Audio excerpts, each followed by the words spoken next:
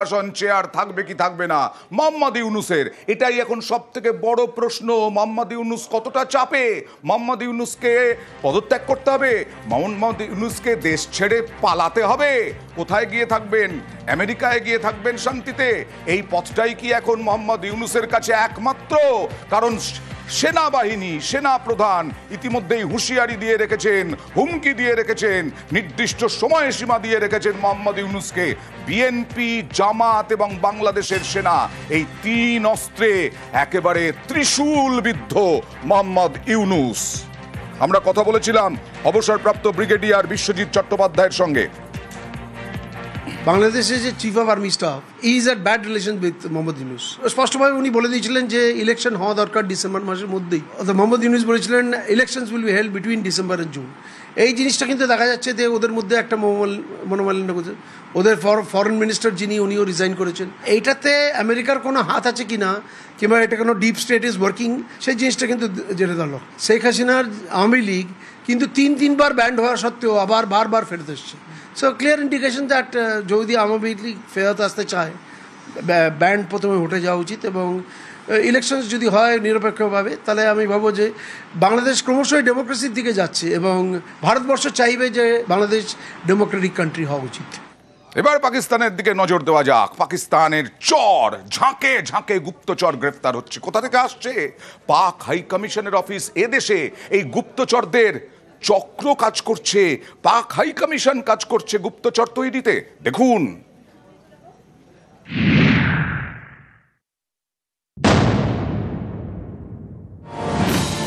Hey guys, what's up? This is your Joe. Danish जी को specially शुक्रिया, इन्होंने देखो सबको अटेंड कर रहे हैं। নামে পাক দূতাবাস, পিছনে আইএসআইএস স্লিপার সেল, পাক চর তৈরির কারখানা। নয়াদিল্লির চাণক্যপুরীর শান্তিপথ, এখানেই পাক হাই কমিশনের অফিস অর্থাৎ পাক দূতাবাস। পাকিস্তানে যাওয়ার ভিসা তৈরির কাজকর্ম এখান থেকেই হয়। কি হাল है ਤੁਹਾਡੇ जी? दानिश जी को स्पेशली शुक्रिया। নয়াদিল্লির এই শান্তিপথেই কি কষা হয় ভারতে অশান্তি বাঁধানোর ছক? খতিয়ে দেখছেন গোয়েন্দারা। কারণ পাকচর হিসেবে ধৃতদের সঙ্গে পাক দূতাবাসের একাধিক কর্মীর সম্পর্কের হদিশ মিলেছে। যেমন জ্যোতি মালহোত্রা, তার সঙ্গে ঘনিষ্ঠ সম্পর্ক পাক দূতাবাসের কর্মী আহসান উর রহিম ওরফে দানিশের।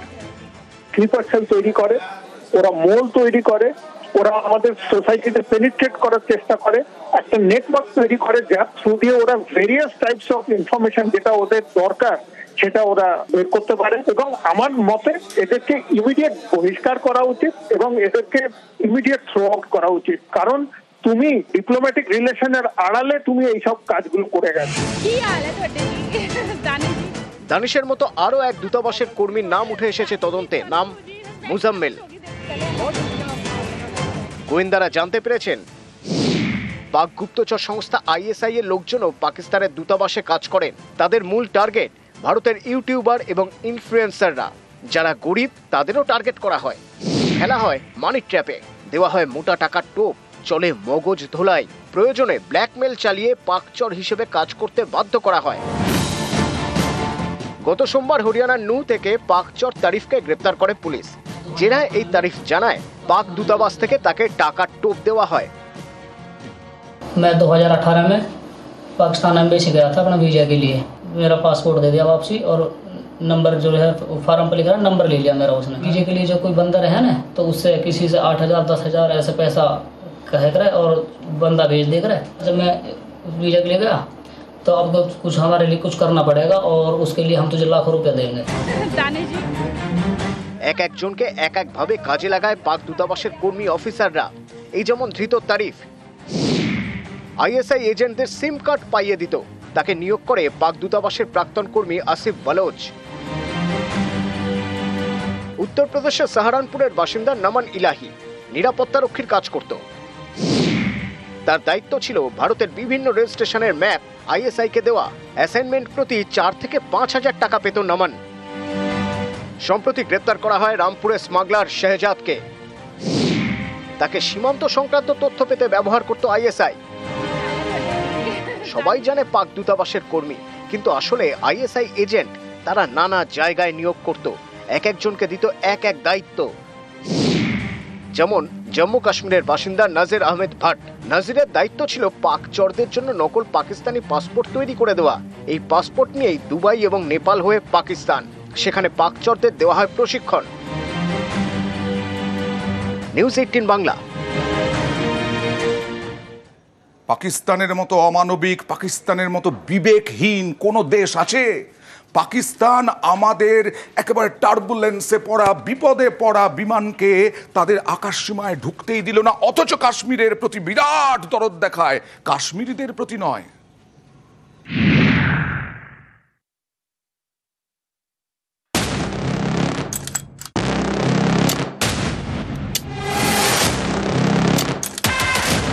মাঝ আকাশে বিপত্তি, ঝড়ের দাপটে প্লেনের নাক ভাঙে, বিপদে পড়াই ভারতীয় যাত্রীবাহী বিমানকে এতটুকু সাহায্য করল না পাকিস্তান।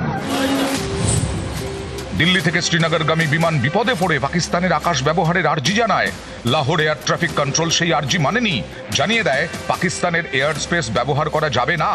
শেষমেশ ঝুঁকি নিয়ে শ্রীনগরে যায় ভারতীয় বিমান।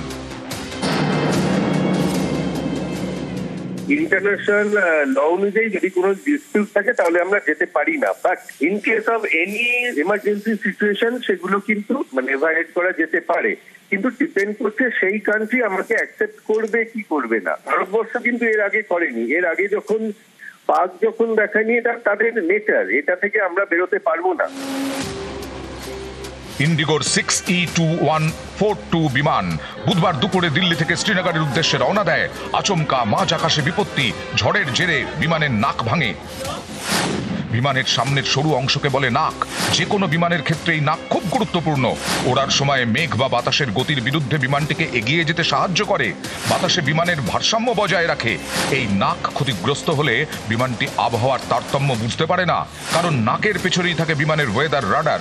এখানেই বিমানের রেডিও থাকে। রেডিও ক্ষতিগ্রস্ত হলে প্লেন যোগাযোগ করার ক্ষমতা হারাতে পারে। নাক ক্ষতিগ্রস্ত হলে নেভিগেশন সিস্টেমেও ব্যাঘাত ঘটে, যার ফলে দিক ভুল করতে পারে বিমান। মাঝ আকাশে নাক ভেঙে এমনই বিপাকে পড়ে ইন্ডিগোর বিমানটি। প্লেনে তখন 220 জন যাত্রী ছিলেন। জম্মু কাশ্মীর সফরে যাওয়া তৃণমূলের প্রতিনিধি দলের সদস্যরাও। বিমানের মধ্যে জরুরি পরিস্থিতির কথা ঘোষণা করতেই ছড়ায় আতঙ্ক। টার্বুলেন্সের মধ্যে সবার তখন বুক কাঁপছে। इतना टर्बुलेंस हुआ कि हमें लगा कि हमारी आखिरी फ्लाइट थी। सब लोग जो थे सभी डर रहे थे, सबको भी लगा था कि अभी क्रैश ही हो जाएगा। इतना ज्यादा ट्रॉमेटिक एक्सपीरियंस हुआ, ऐसा मैंने आज तक कभी नहीं देखा कि ऐसी टर्बुलेंस अपनी लाइफ में। जब हम प्लेन से बाहर आए, डिबोर्ड हुए, तो हमने जब देखा प्लेन की हालात क्या थी, तो और ज्यादा ट्रॉमेटिक हुए। দিল্লি থেকে শ্রীনগর যাওয়ার পথে বিপত্তি, মাঝ আকাশে পাকিস্তানের কাছে সাহায্য চান পাইলট। যোগাযোগ করেন লাহোরের এয়ার ট্রাফিক কন্ট্রোলের সঙ্গে, কিন্তু পাকিস্তান এতটাই অমানবিক যে এরকম ক্ষেত্রেও তারা পাক এয়ার স্পেস ব্যবহারের অনুমতি দেয়নি। পাক সীমান্তের কাছাকাছি গিয়েও ফিরে আসে ভারতীয় বিমান। দিল্লি থেকে কাশ্মীরগামী বিমান, এই বিমানে শতাধিক কাশ্মীরি ছিলেন। কাশ্মীর নিয়ে অন্য সময় কত দরদ উঠলে পড়ে পাকিস্তানের, কিন্তু এক্ষেত্রে তারা জানিয়ে দেয় পাক এয়ার স্পেস ব্যবহার করা যাবে না। Pakistan is a terrorist state. যারা কাশ্মীরের উন্নতি চায় না, তাদের উন্নতির জন্য পাকিস্তানের কোনো দরদ নেই। ওরা চায় কাশ্মীরের টেরোরিজম আনতে, কোনো পপুলার আপরাইজিং চালায় না, ওরা চায় কাশ্মীরের ক্ষতি করতে। এই পারমিশনটা না দিয়ে পাকিস্তান কিন্তু ইন্টারন্যাশনাল ফোরামে যথেষ্ট মাথা নিচু করলো নিজে। মানবিকতা কাকে বলে সেটা ভারতের থেকে শেখা উচিত পাকিস্তানের। তুরস্ক পাকিস্তানের বন্ধু। ভারতে হামলা চালাতে তুরস্কের ড্রোনও ব্যবহার করে পাকিস্তান। সেই তুরস্কে 2 বছর আগে ভয়াবহ ভূমিকম্প হয়, তখন তাদের পাশে দাঁড়ায় ভারত। পাঠায় উদ্ধারকারী দল, বিপর্যয় মোকাবিলা বাহিনী, চিকিৎসক, ওষুধ। এখানেই শেষ নয়। ভারত কতটা মানবিক সেটা ভালো করে বলতে পারবেন তাদের গর্ব ওয়াসিম আকরামও। পারমিশন চেয়েছি, সে আমাকে পারমিশন দেয়। এটা আমি সেই ক্ষেত্রে বলবো যে আমার দুর্ভাগ্য, কেননা ভারতবর্ষ কিন্তু এর আগে করেনি। এর আগে যখন পাক যখন দেখায়নি, এটা তাদের নেচার, এটা থেকে আমরা বেরোতে পারবো না। নিউজ 18 বাংলা।